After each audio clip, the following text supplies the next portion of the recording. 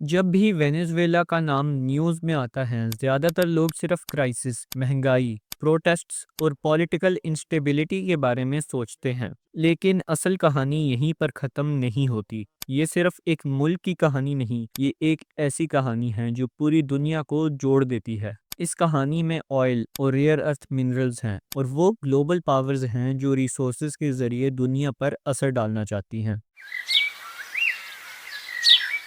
Venezuela दुनिया का वो मुल्क है जिसके पास सबसे ज़्यादा प्रूवन ऑयल रिजर्व्स मौजूद हैं, जिनकी तादाद तकरीबन 303 बिलियन बैरल से ज़्यादा है। 1970s और 1980s में वेनेजुएला लैटिन अमेरिका के सबसे स्टेबल और अमीर मुल्कों में शुमार होता था। ऑयल एक्सपोर्ट से आने वाली इनकम ने इस मुल्क को रीजन का एक स्ट्रॉन्ग प्लेयर बना दिया था। लेकिन जैसे जैसे वक्त गुजरता गया, गवर्नमेंट के गलत फैसले, करप्शन और ऑयल पर हद से ज़्यादा डिपेंडेंसी ने इकॉनमी को धीरे धीरे कमज़ोर कर दिया। जब इकॉनमी कोलैप्स करने लगी तो वेनेजुएला को इंटरनेशनल सपोर्ट की ज़रूरत पड़ी। इस मौके पर वेनेजुएला ने अमेरिका के बजाय चाइना और रशिया की तरफ देखना शुरू किया। चाइना ने ढेरों लोन्स दिए, इंफ्रास्ट्रक्चर प्रोजेक्ट शुरू किए और ऑयल के बदले इन्वेस्टमेंट का मॉडल इंट्रोड्यूस किया।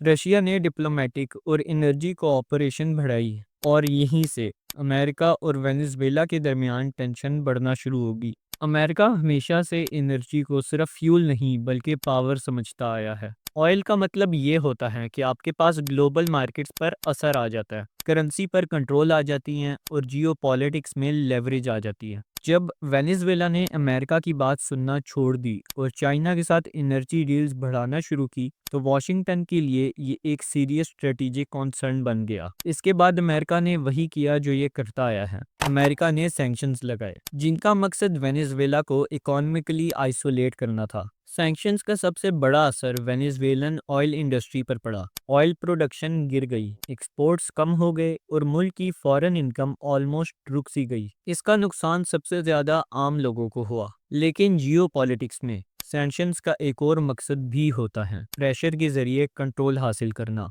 जैसे जैसे ग्लोबल एनर्जी लैंडस्केप बदलता गया, अमेरिका को ये समझ आने लगा कि फ्यूचर सिर्फ ऑयल का नहीं है। इलेक्ट्रिक व्हीकल्स, रिन्यूएबल एनर्जी और मॉडर्न वेपन सिस्टम्स के लिए रेयर अर्थ मिनरल्स बहुत ज़्यादा अहमियत रखते हैं। ये वो रिसोर्स हैं जिसके बगैर दुनिया को और मॉडर्नाइज करना थोड़ा मुश्किल है। असल में रेयर अर्थ मिनरल्स का नाम थोड़ा सा मिसलीडिंग है। ये ज़मीन में मिल तो जाते हैं लेकिन इनको प्रोसेस करना बहुत ही मुश्किल होता है, और चाइना ने सालों पहले ही समझ लिया था कि फ्यूचर में इन मिनरल्स की बहुत अहमियत होगी। इसीलिए चाइना ने माइनिंग पर इन्वेस्टमेंट की, प्रोसेसिंग प्लांट्स बनाए और सप्लाई चेन पर कंट्रोल हासिल किया। आज दुनिया के रेयर अर्थ मिनरल्स का सबसे बड़ा हिस्सा चाइना के कंट्रोल में है। सालों तक अमेरिका इन मिनरल्स के लिए चाइना पर डिपेंड करता रहा, लेकिन जब अमेरिका और चाइना के दरमियान ट्रेड टेंशन्स बढ़ी तो चाइना ने कुछ रेयर अर्थ एक्सपोर्ट्स पर कंट्रोल्स लगा दिए। ये एक क्लियर सिग्नल था। चाइना ने इनडायरेक्टली ये बताया कि दुनिया को और मॉडर्न करने के लिए अमेरिका को चाइना की मदद की ज़रूरत है। यहीं पर वेनेजुएला की अहमियत दोबारा बढ़ जाती है। वेनेजुएला के पास सिर्फ ऑयल नहीं बल्कि रेयर अर्थ मिनरल्स और स्ट्रेटेजिक मेटल्स का भी पोटेंशियल मौजूद है। अब अमेरिका के लिए वेनेजुएला सिर्फ एक पॉलिटिकल प्रॉब्लम नहीं रहा बल्कि एक पॉसिबल अल्टरनेटिव बन गया जहां से वो अपनी डिपेंडेंसी कम कर सकता है। इसीलिए प्रेशर बढ़ता चला गया। 2019 वेनेजुएला के लिए टर्निंग पॉइंट था। अमेरिका ने अचानक कहा निकोलस मडूरो लेजिटिमेट प्रेसिडेंट नहीं है और अमेरिका ने ऑपोजिशन लीडर हुआन ग्वाइडो को इंटरम प्रेसिडेंट मान लिया। फिर मार्च 2020 में अमेरिका ने अपनी गेम और तेज कर दी। जस्टिस डिपार्टमेंट ने निकोलस मडूरो पर नार्को टेररिज्म चार्जेस लगाए। सिर्फ चार्जेस ही नहीं बल्कि अमेरिका ने $15 मिलियन